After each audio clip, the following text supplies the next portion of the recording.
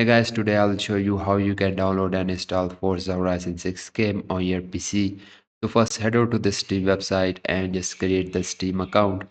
And after you sign up to Steam, just click on the install Steam option you will see on the top.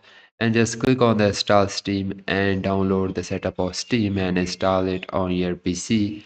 And after you install the Steam on your PC, just open it up and click on the top search box and just type Forza Horizon 6.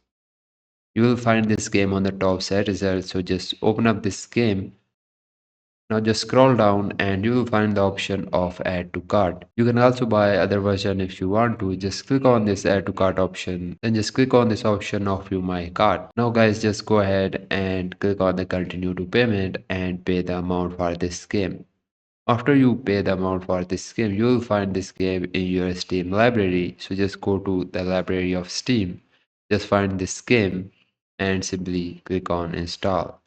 And that's how you can download and install Forza Horizon 6 game in your PC. If you find this guide useful, consider liking this video and subscribing to the channel. And thanks for watching.